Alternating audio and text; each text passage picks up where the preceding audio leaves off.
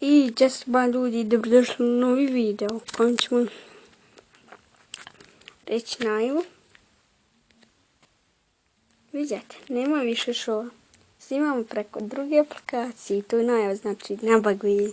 Mislim, sigurno će biti bagova i to je njih manji. Znači, bolna aplikacija, mislim. I bolji mikrofon. I znači,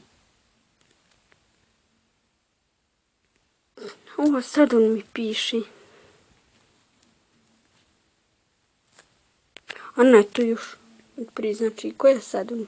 Moj prijatelj.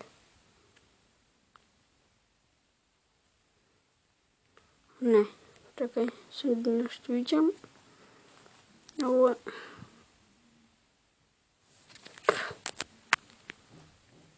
I znači, to je to bilo.